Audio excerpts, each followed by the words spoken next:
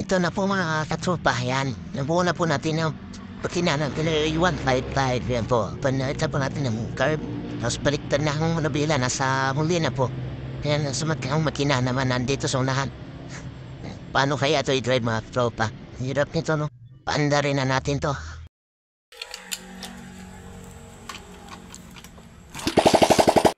Oh my God!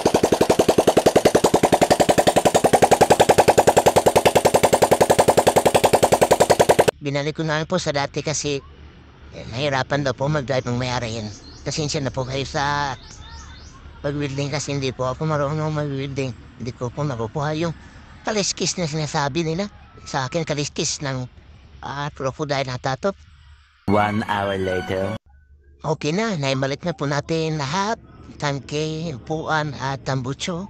Pwede na po itong pupanin. Ayos na po.